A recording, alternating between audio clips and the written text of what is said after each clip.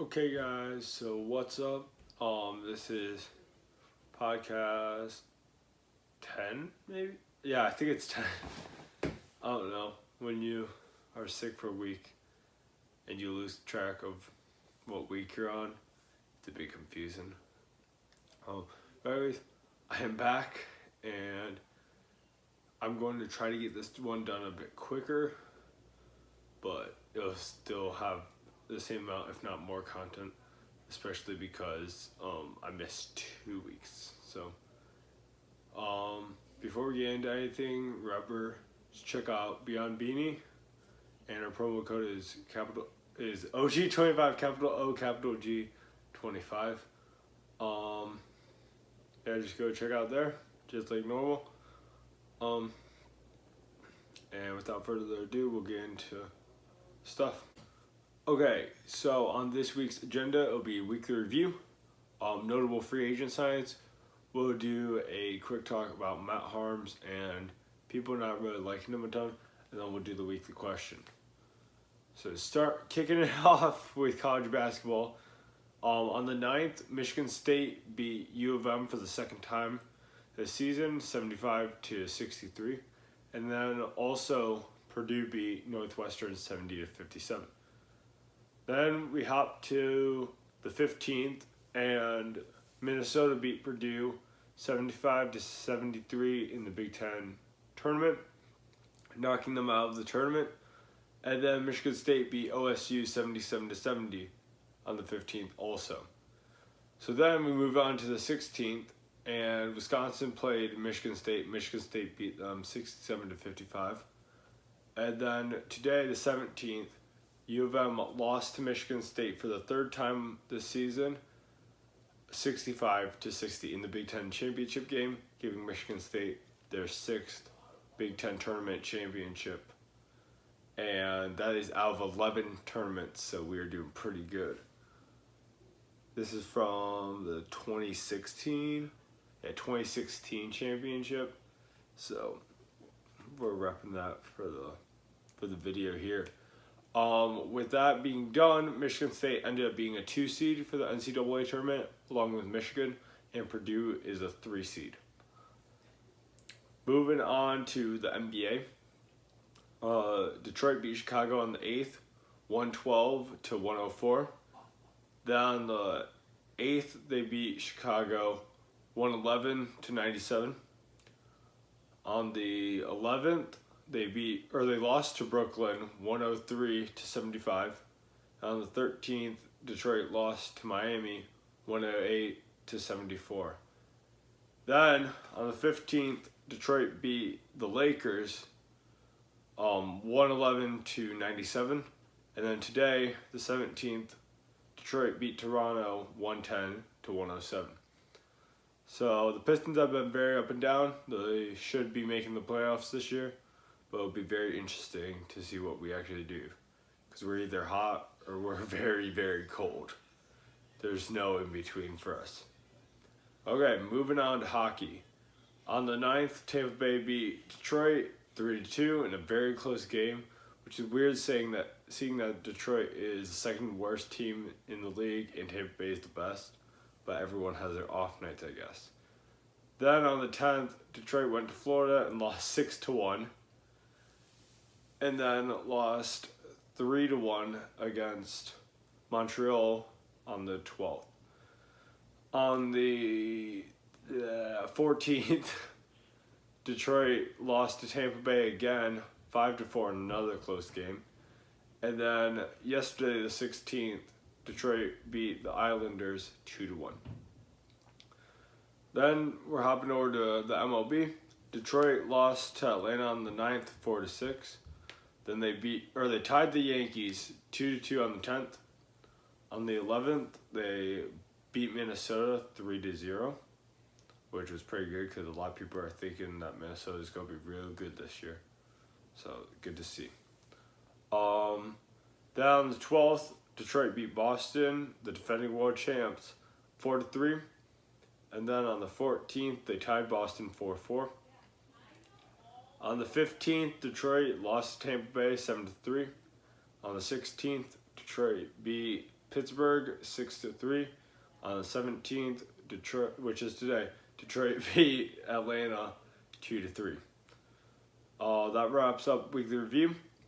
Now to the notable free agent signings. Detroit, they're spending a lot of money all of a sudden to get a lot of big players. Danny Amendola got signed by them, and then Justin Coleman got signed. Then Trey Flowers, and that was really exciting. And at that point, a lot of people thought the Lions were done. And then they went and signed my favorite tight end in the game, Jesse James. And I was really excited about that. I can't remember. They might have signed someone else recently, but I cannot recall who it was if they did. Then, of course, probably the biggest free agent signing of this offseason was Nick Foles being signed by the Jags. On top of that, Le'Veon Bell was signed by the Jets, so that was another big one. Odell Beckham Jr. got traded to the Browns, surprisingly. I would never have thought that was happening, especially not now. You could have told me the day before and I would have literally laughed in your face. That was really, really surprising. Antonio Brown, of course, got traded to the Raiders for a 3rd and 5th round pick, which is not that much for him. I was expecting a 1st and a 2nd, at least. But they didn't really want him on the team, I guess. Chris Conley got signed by the Jags, so him and Foles are going to be very deadly this year. Yeah, those are the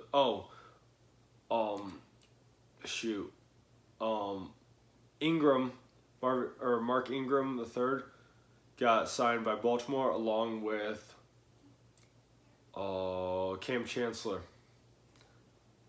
Oh, wait, not Cam Chancellor. Who am I talking about? Earl Thomas. That's what, not Cam Chancellor. Earl Thomas was also signed by Baltimore. Not Marcus Mariota.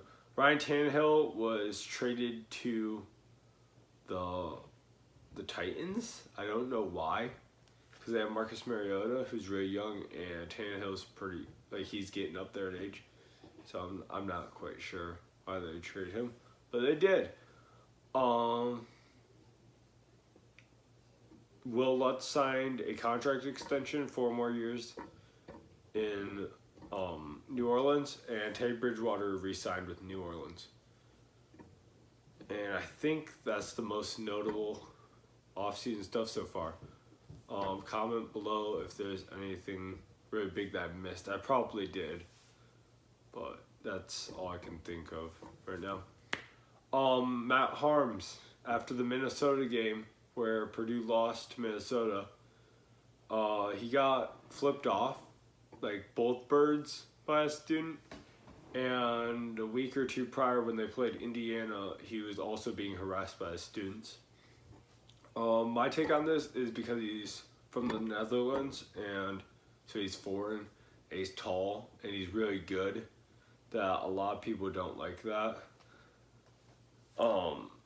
So they're just, and they don't like that the team, well, I guess Purdue only beat Indiana, so that's why, and Harms tipped in the final points there. But Minnesota, it was just both were very uncalled for, but especially Minnesota. That one, no, you don't do that. Not double bird to anyone, much less someone like that who really nice. And he didn't even do anything to you guys. You guys still won the game. It's uncalled for. Just because he's foreign and he's tall and white and he's good at basketball doesn't mean that you can get mad at him and flip him off, especially after he loses. No. Okay. On to weekly question. March Madness favorites for me. Very easy. UNC. I think they're going to the finals very easily. Duke is one that I could see going far, but I don't think that they're going to make it to the Elite Eight. I don't see it. Or at least not the Final Four. Michigan State, I'm not sure with them. They could go either way. Same with Purdue. It's either going to be they're going to make it to the Final Four, or they're going to do absolutely nothing and get eliminated like first round or second round. Michigan, I can't see winning it. I can't see them being that good. I think they're going to lose second or third round, honestly. Buffalo, I strangely picked to go to the Final Four. That was kind of my Cinderella in the tournament, was Buffalo. Yeah, really weird bracket for me. Gonzaga also is pretty good, but I don't think they're due. I think best chances of winning are UNC, Michigan State if they show up the whole tournament. Yeah, probably just those two. Ironically, those are the two I have in the finals. But those are the two that I think are going to do the best. Somehow, Purdue might make it if they somehow really show up. But I'm thinking Michigan State and UNC, especially UNC. But let me know in the comments how you guys feel. I don't know. It's crazy for a reason. Anything can happen. We could have a 16 win it all for all we know. I don't know. Okay.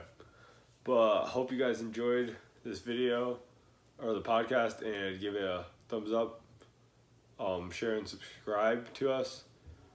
Share this video with your family, friends, anybody. It's appreciated. And leave us a comment below. And have a great rest of your week. Bye.